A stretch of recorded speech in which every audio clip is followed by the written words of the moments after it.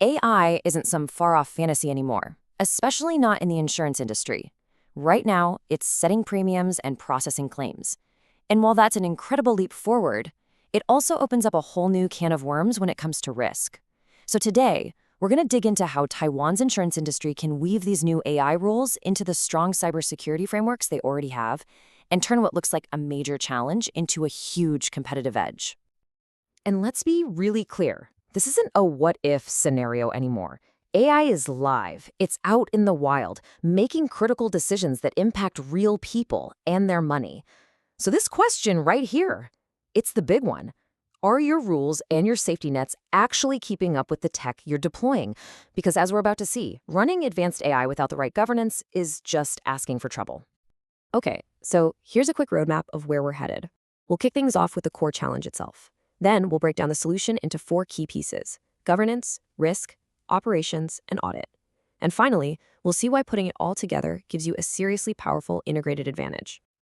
All right, let's dive right in. The central problem is this. On one hand, you've got the brand new ISO IEC 42001 standard for what we call an AI management system, or AIMS.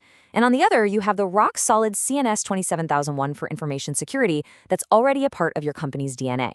The million-dollar question is, how do you fit this powerful new piece into the puzzle without breaking everything you've already built? Well, this is where things get really interesting, because the solution is surprisingly elegant.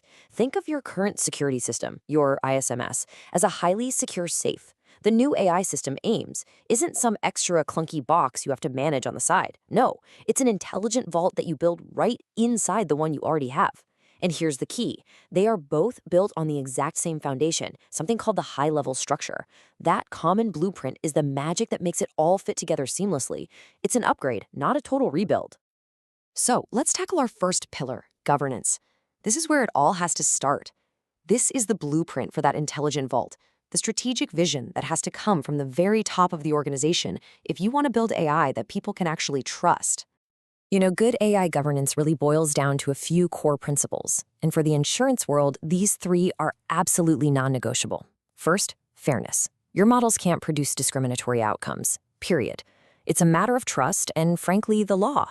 Second, explainability. If your AI denies a claim, you've got to be able to tell that customer exactly why, in plain language they can understand.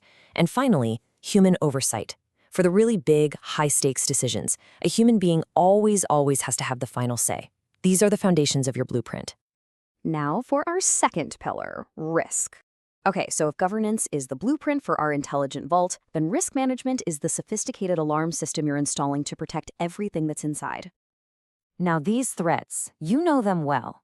Your entire cybersecurity framework is designed to protect the confidentiality, integrity, and availability of your data. This is your bread and butter, it's foundational, and it remains absolutely essential. Think of this as the basic alarm on the front door. But AI brings a whole new class of danger to the table, stuff that traditional security just wasn't built for. It's not just about data being stolen, it's about the data itself causing harm. We're talking about bias risk, where skewed data leads to unfair decisions. There's reputational risk, where one viral story about your rogue AI can torpedo public trust. And then there's the dreaded black box risk, where your AI makes a call and you have no earthly idea why, which is a massive legal and ethical minefield. So how do you even begin to manage these new kinds of risks? You start by leveling up your privacy protections. A huge step is making a privacy impact assessment, a PIA, a mandatory gateway for every single AI project. Before you write one line of code, you have to stop and analyze how that project could impact customer privacy, especially when you're dealing with the incredibly sensitive data that's unique to insurance. All right, let's get practical with our third pillar, operations. This is where all the policies and risk assessments become concrete, day-to-day actions for your teams. This is about actually engineering the mechanics of our intelligent vault. And what's brilliant is that you don't have to reinvent the wheel here. You simply enhance your existing secure development lifecycle. In step 1, you bake those responsible AI principles in right from the start. In step 2, privacy becomes a core part of architecture, not just an afterthought. Step 3, keeping your environment separate, well, that's just good security hygiene. And step 4 ensures that when you go live, robust encryption and constant monitoring are active from day 1. See, it's an evolution, not a revolution. So we've designed the blueprint, we've set up the alarms, and we've built the system. Now for our final pillar, audit. How do you actually prove to regulators, to your board, and most importantly, to your customers that this system is working the way it's supposed to, correctly, securely, and fairly? This slide makes a really crucial distinction. You actually need two different kinds of audits. The governance audit is the high-level check. It asks the big picture question, are we doing the right things? Are our policies and strategies aligned? Then you have the deeply technical, algorithmic audit. This is where experts dive into the models and the data to hunt for bias and unintended consequences. It answers the nitty-gritty question, is our AI doing things right? You absolutely need both to get the complete picture. So, we've walked through the 4 pillars of integration.